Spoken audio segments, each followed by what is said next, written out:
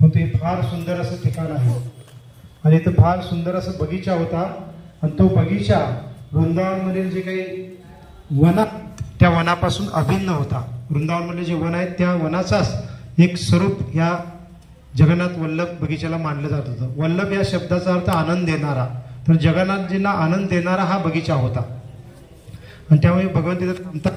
आणि थांबण्याचं कारण दुसरं एक असतं की इथंच एक मावशी मंदिर असं एक नावाचं मंदिर आहे. मावशी मंदिर म्हणजे काय की दुर्गा किंवा पार्वती मातेचं जे एक स्वरूप आहे त्या स्वरूपाचं एक मंदिर आहे आणि पार्वती मातेंना भगवंतांची माता म्हणजे भगवंत माता किंवा म्हणजे मंदिरामध्ये जे विमला देवीचे मंदिर आहे ते मंदिर म्हणजे किंवा विमला देवी भगवंताच्या मातेप्रमाणे तिथं सेवा करतात आणि त्याच विमला देवींचं एक दुसरं स्वरूप इथं मावशी मंदिर म्हणून मध्ये वास करतं आणि त्या स्वरूपाला भगवंताची मावशी मानलं जातं. आणि भगवंत चाललेले आहेत, मग भगवंताची मावशी काय करते, आपल्या घरासमोर चाललेले आहेत म्हणून या ठिकाणी त्या मंदिरातून भगवंताला एक विशेष भोग अर्पण केला जातो आणि तो जो भोग असतो तो भगवंताला फार प्रिय आहे आणि तो भोग इथं मग भगवंत काही वेळासाठी थांबतात, म्हणजे रथ थांबतो आणि त्या मंदिरातून तो भोग येतो आणि भगवंतांना अर्पण केला जातो. आणि त्या निमित्ताने मग इथं आणखीन एक भक्तांना संधी मिळते, ते म्हणजे काय की रथयात्रेच्या दिवशी कोणीही आपल्या घरातून भोग बनवून आणू शकतात आणि इथं लावू शकतात या ठिकाणी. आता मंदिरमध्ये फक्त भगवंतांच्या किचनमध्ये बनलेले पदार्थच भगवंतांना भोग लावले जातात. आपण कोणीही जाऊन लावू शकत नाही आपल्या घरचे पदार्थ. जसं आपण आपल्या कार्यक्रमामध्ये विट्यामध्ये ते 56 भोग आणायला लावतो, प्रत्येकजण आपल्या आपल्या घरातून आणू शकतात. पण तो एरवी किंवा आपल्या इस्कॉन कुठल्याही मंदिरमध्ये भगवंताच्या उत्सवाच्या दिवशी सर्वांना घरातून भोग आणायला लावतात आणि ते भोग 56 भोग म्हणून भगवंतांना अर्पण केले जातात. परंतु तसं आपण रोज नेऊ शकत नाही मंदिरामध्ये, तसंच इथं पण आहे. परंतु रथयात्रेच्या दिवशी मात्र ह्या ठिकाणी ह्या मार्गावर सर्वजण म्हणजे भक्त जे असतात ते भक्त बरेच व्यंजन बनवून आणतात आणि रथाच्या बाजूला कुठेही रथाच्या समोरच लाव, कारण एवढी गर्दी असते रथासमोर आपल्याला जायलाच मिळेल असं नाही, परंतु आपण घरून आणलेला आहे आणि रथाला उद्देशून आपण इथं अर्पण करत आहोत तर ते भगवान स्वीकारतात असं मानलं जातं. आणि मग ते मावशीचा भोग आणि इतर भक्तांचा भोग स्वीकारण्यासाठी भगवान इथं थोड्या वेळासाठी थांबतात आणि मग त्यामुळे या ठिकाणाला जगन्नाथ वल्लभ गार्डन किंवा जगन्नाथजींना आनंद देणारा बगीचा म्हणून इथं सांगितलं जातं. आणि आणखीन एक महत्त्वाचं ठिकाण म्हणजे महत्त्वाच्या लीलेच्या संबंधित हे ठिकाण आहे ते म्हणजे चैतन्य महाप्रभू जेव्हा जगन्नाथपुरीमध्ये वास करत होते तर तेव्हा चैतन्य महाप्रभू जेव्हा रथयात्रेमध्ये संमिलित व्हायचे, चैतन्य महाप्रभू त्यांचे पार्षद फार जोरात कीर्तन करायचे, नृत्य करायचे आणि भरपूर भक्तांच्या सोबत नृत्य कीर्तन करत भगवंत चैतन्य महाप्रभू रथयात्रेमध्ये संमिलित व्हायचे. जेव्हा रथ इथे यायचा आणि ते रथ थांबायचा तर चैतन्य महाप्रभूंना मग माहीत होतं की आता भोग लागणार आहे, काही वेळ आहे, तर त्यावेळेला चैतन्य महाप्रभू त्यांचे पार्षद ह्या बगीच्यामध्ये येऊन काय करायचे, विश्रांती घ्यायची थोड्या वेळेसाठी आणि पुन्हा भोग लावून झाल्यानंतर रथ सुरू व्हायच्या वेळेला पुन्हा ते रथयात्रेमध्ये संमिलित व्हायचे. मग इथं आता आपण मागं जाऊ शकत नाही, तर पहिला आम्ही येतो तर फार सुंदर अशी झाडी होती किंवा बगीच्यासारखा भाग होता, आता तो नाही आहे आणि बंद पण केलेला आहे, जाता पण येत नाही. तर मागे या बगीच्यामध्येच एक चबुतरा होता, तो नंतर बांधलेला होता, पण ते ठिकाण होतं म्हणलेलं आहे, तिथं चैतन्य महाप्रभू विश्रांती घ्यायचे. आणि एक वर्ष एक विशेष लीला घडली, ती म्हणजे काय की राजा प्रतापरुद्र चैतन्य महाप्रभूच्या वेळेला ह्या जगन्नाथपुरीचे जे राजा होते त्यांचं नाव होतं राजा प्रतापरुद्र आणि ते पण भगवंतांचे जगन्नाथजींचे भक्त होतेच आणि चैतन्य महाप्रभूचे फार श्रेष्ठ भक्त होते. ते पूर्णतः विश्वासाने जाणत होते की चैतन्य महाप्रभू कोण आहे, स्वयं जगन्नाथजी आहेत. मग भरपूर मोठ्या लीला आहेत, आपण थोडक्यात सांगत आहोत. तर आपण गौर कथेमध्ये त्या लीलेबद्दल चर्चा केलेली आहे विस्तारितमध्ये. तर राजा प्रतापरुद्रांना चैतन्य महाप्रभू इथं जगन्नाथपुरीमध्ये राहत असताना भेटण्याची इच्छा होती, परंतु चैतन्य महाप्रभू त्यांना भेटू इच्छित नव्हते किंवा भेटायला नकार देत होते. का? कारण चैतन्य महाप्रभू एक संन्यासी आहे आणि राजा एक म्हणजे प्रतापरुद्र एक राजा आहेत आणि संन्यासीने राजासारख्या एखाद्या धनाढ्य व्यक्तीला भेटणं योग्य नाही आहे, म्हणजे वैदिक प्रथानुसार. तर त्यामुळे ते नकार देत होते आणि बऱ्याच भक्तांनी चैतन्य महाप्रभूंना विनंती केली. नित्यानंद प्रभू आहेत, सार्वभौम भट्टाचार्य आहेत, रामानंद राय आहेत, या सर्वांनी विनंती केली की राजा खरोखर फार श्रेष्ठ भक्त आहेत, तुम्हाला त्यांना भेटण्याची इच्छा आहे, तुम्ही कृपा करा त्याच्यावर. परंतु चैतन्य महाप्रभू नकार देतात। आणि बऱ्याच वेळेला काही वेळेला चैतन्य महाप्रभू हे पण म्हणतात की पुन्हा तुम्ही जर त्यांच्याबद्दल मला भेटण्याशी बोलला तर मी काय करेन, जगन्नाथ पुढे सोडून निघून जाईल। मग अशापर्यंत ते बोलत होते, परंतु नंतर बऱ्याच वेळेला विनंती केल्यानंतर शेवटी चैतन्य महाप्रभू म्हणतात की ठीक आहे, मी राजाला भेटणार नाही, परंतु राजाच्या मुलाला घेऊन या, मी त्याला भेटेन। मग राजाच्या मुलाला आणलं जातं, राजाचा मुलगा चैतन्य महाप्रभूंना भेटतो। मग चैतन्य महाप्रभू त्यांना पाहून फार प्रसन्न होतात, का, कारण राजाचा मुलगा इतका सुंदर होता आणि त्यांनी त्या दिवशी पितांबर धारण केलेलं होतं, म्हणजे जेव्हा भेटायला आले चैतन्य महाप्रभूंना आणि पितांबर धारण करून आले होते तर त्यांना पहिल्या चैतन्य महाप्रभूंना कृष्णाचं स्मरण झालं आणि चैतन्य महाप्रभू त्या मुलाला आलिंगन करतात आणि आलिंगन केल्यानंतर त्या मुलाच्या हृदयामध्ये कृष्णप्रेम एकदम तीव्रतेने जागृत होतो आणि तो एकदम कृष्ण कृष्ण म्हणत उड्या मारू लागतो, नृत्य करू लागतो आणि काही वेळा तो मूर्छेतून खाली पडतो।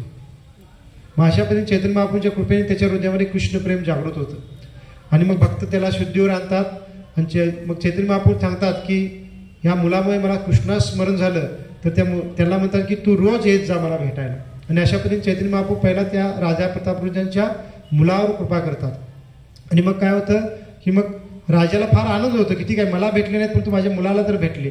जेव्हा मुलगा राजाच्या महलामध्ये जातो तर राजा प्रतापरुद्र आपल्या मुलाला आलिंगन करतात आणि जणू काही त्या मुलाला आलिंगन केल्यानंतर चैतन्य महाप्रभूंचीच कृपा मला प्राप्त झाली, अशा पद्धतीने ते आनंदित होतात। आणि राजा फार विशेष होते, ते एवढं पण म्हणतात की चैतन्य महाप्रभू मी राजा आहे म्हणून मला जर भेटत नसतील तर मी काय करेन, राज्य त्यागेन।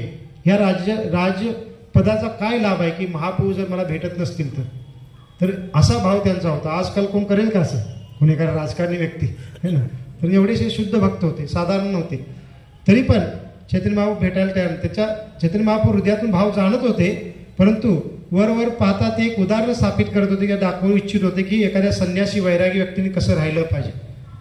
आणि मग बाकी भक्त राजाला सांगतात पण म्हणजे पहिला चैतन्य महाप्रभू सांगतात की महाप्रभू त्यांच्यावर काही कृपा करा, नाही तर ते राजपद त्यागायला तयार झालेले आहेत आणि राज्याचा मग कारभार कोण पाहणार।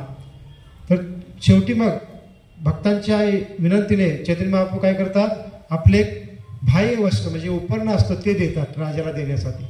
मग राजाला जेव्हा ते प्राप्त होतं भक्तांकडून तर राजा फार प्रसन्न होतो आणि तो विचार करतो की ठीक आहे, किमान मला कृपा नाही झाली, माझ्या मुलावर कृपा झाली आणि मला हे चैतन्य महाप्रभूचं बाह्य वस्त्र मिळालं तर हीच कृपा आहे।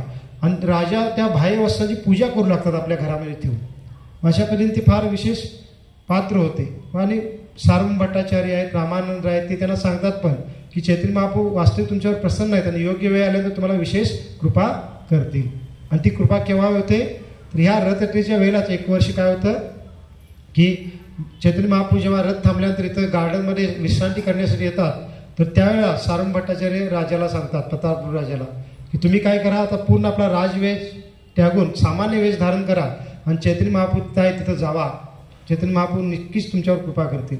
मग ह्याच ठिकाणी चैतन्य महाप्रभू बसले होते, विश्रांती घेत होते आणि राजा सामान्य वेश धारण करून येतो आणि काय करतो, चैतन्य महाप्रभू पौडलेले आहेत, डोळे झाकलेले आहेत, पूर्णतः झोपलेले आहेत, पण ते विश्रांती असे थोडं डोळे झाकून थोडं आराम करत आहे।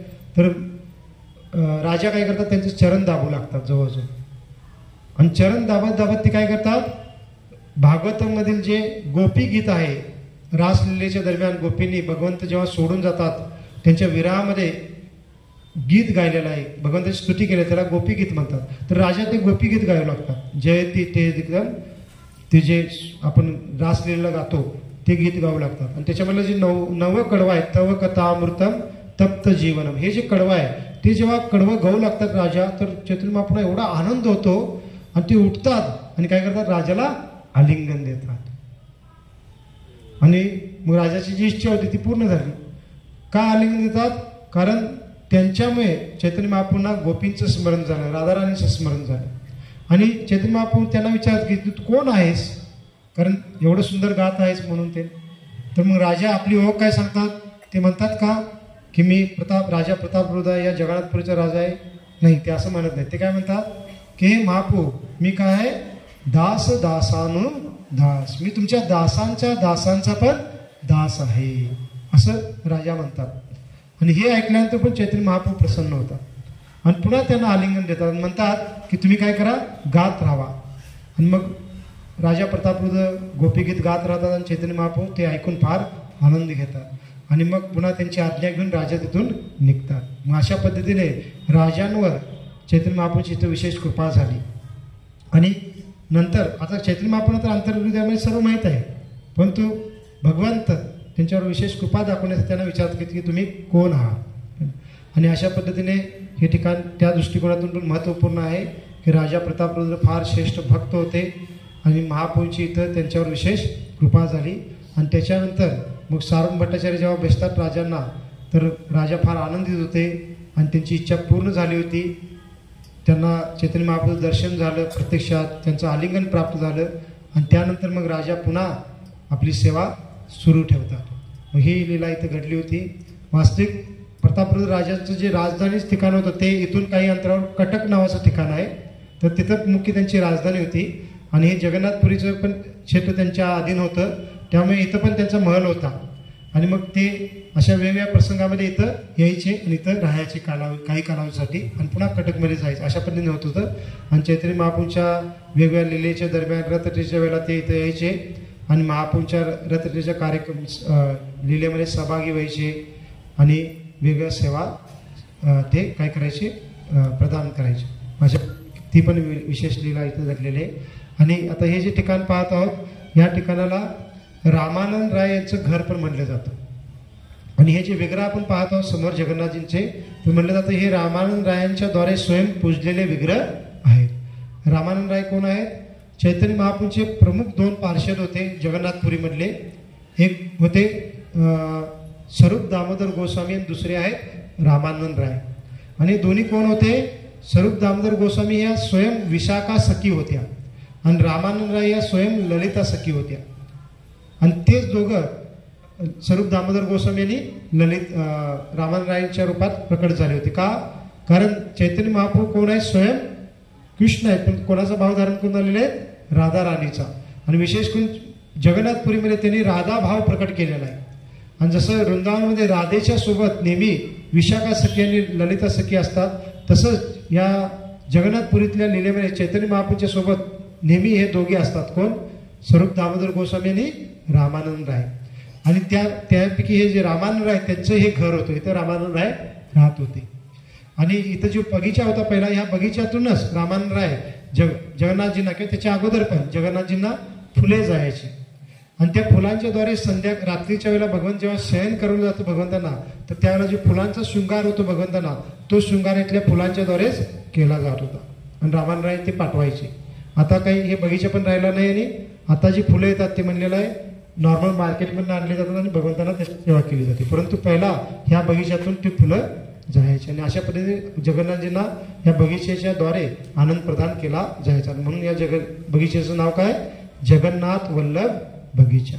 असे लीला आहेत. आणखीन एक विशेष लीला आहे इथं घडलेली रामानंद रायांच्या सोबत. आता आपला वेळ नाही, आपण पुन्हा उद्या संध्याकाळी किंवा उद्या चर्चा करू. आणि त्यामुळे ठिकाण विशेष आहे. तर मग आपण इथं आलेलं आहे, आपलं दर्शन झालं आणि अशा ठिकाणी आल्यानंतर त्या ठिकाणी वास करणाऱ्या त्या आचार्यांच्या विशेष कृपा आपल्याला प्राप्त होतात. आणि आपण इथं प्रार्थना हीच केली पाहिजे की राजा प्रतापरुद्रांच्यावर जसं चैतन्य महाप्रभूंनी कृपा केली तशी कृपा महाप्रभू आपल्यावर करोत. राजा प्रतापरुद्रांकडे एवढं वैभव होतं तरी त्यांनी स्वतःला दास दासानुदास असं प्रस्तुत केलं, तर तसंच आपण पण भगवंतासमोर स्वतःला प्रस्तुत केलं पाहिजे. प्रतापरुद्रांच्या तुलनेने आपलं वैभव काय आहे? आपण फार नगण्य आहोत, फार तुच्छ आहोत, परंतु मायेच्या प्रभावामुळे आपण फार असणाऱ्या थोड्याशा वैभवावरच फार अहंकारी असतो, अभिमानी असतो. आणि तो अभिमान किंवा तो अहंकारच आपल्याला भगवंताची कृपा प्राप्त करण्यापासून दूर ठेवत असतो. तर जेव्हा आपण हा अभिमान त्यागतो, आपली ही जी काही मिथ्या धारणा आहे त्यागतो, तेव्हाच वास्तविक भगवंत आपल्याला प्राप्त होतात. ती प्रार्थना आपण इथं केली पाहिजे. राजा प्रतापरुद्रांना प्रार्थना केली पाहिजे की तुमच्यामध्ये जो भाव होता दास दासानुदास, तो भाव माझ्यामध्ये यावा. आणि चैतन्य महाप्रभूंना प्रार्थना केली पाहिजे की तुम्ही जसं प्रतापरुद्रांच्यावर कृपा केली तशी आमच्यावर पण कृपा करा. हरे कृष्ण. श्री चैतन्य महाप्रभु की, श्री जगन्नाथ बलदेव सुभद्रा महारानी की.